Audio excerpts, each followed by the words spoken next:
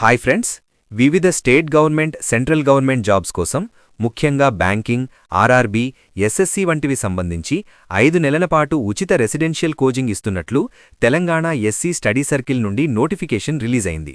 అంటే 5 నెలల పాటు ఉచిత భోజనం, వసతితో కూడిన ఫ్రీ కోచింగ్ అందించడం జరుగుతుంది. మరి ఈ ఫ్రీ కోచింగ్కి ఎవరు ఎలిజిబుల్, కావాల్సిన అర్హతలేమిటి, ఎన్ని సీట్లున్నాయి, ఎలా సెలెక్ట్ చేస్తారు అన్ని వివరాలు ఈ వీడియోలో చూద్దాం.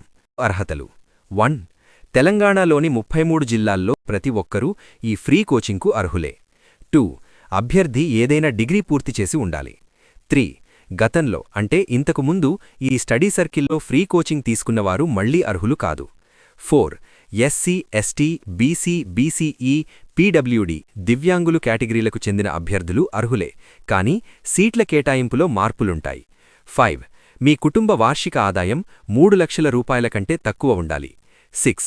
ఇది 5 నెలల ఫ్రీ కోచింగ్ కాబట్టి మీరు ఈ కోచింగ్ సమయంలో మరే ఇతర కోర్సులు కానీ ఉద్యోగాలు కానీ చేయకూడదు.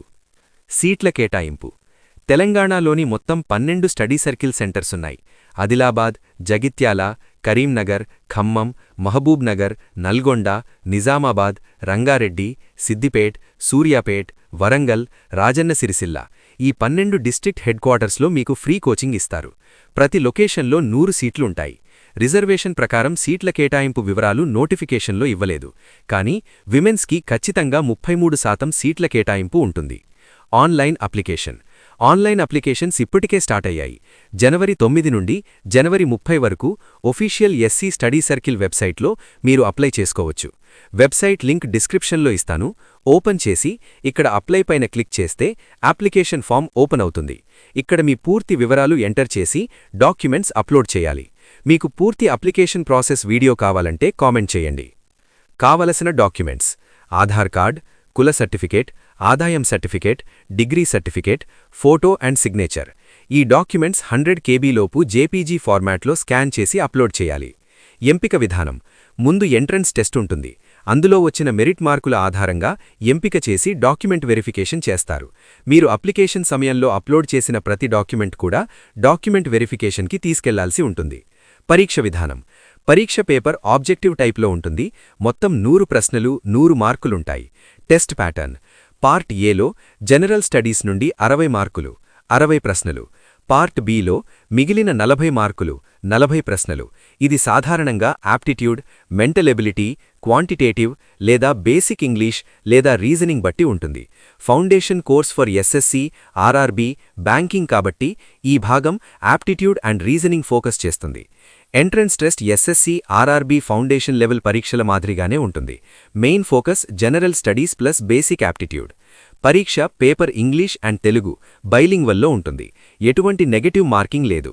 ఎంట్రన్స్ టెస్ట్ ఫిబ్రవరి 8, 2026న ఉదయం 11 నుండి మధ్యాహ్నం 2 వరకు, అంటే 2 గంటల పాటు ఉంటుంది.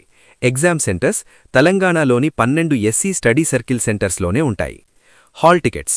వెబ్సైట్లో ఎక్నాలెడ్జ్మెంట్ అనే ఆప్షన్ పైన క్లిక్ చేసి మీ పేరు, అప్లికేషన్ నంబర్, పుట్టిన తేదీ, మీ మొబైల్ నంబర్ వీటిలో ఏవైనా 2 ఫిల్ చేసి హాల్ టికెట్స్ డౌన్లోడ్ చేసుకోవచ్చు.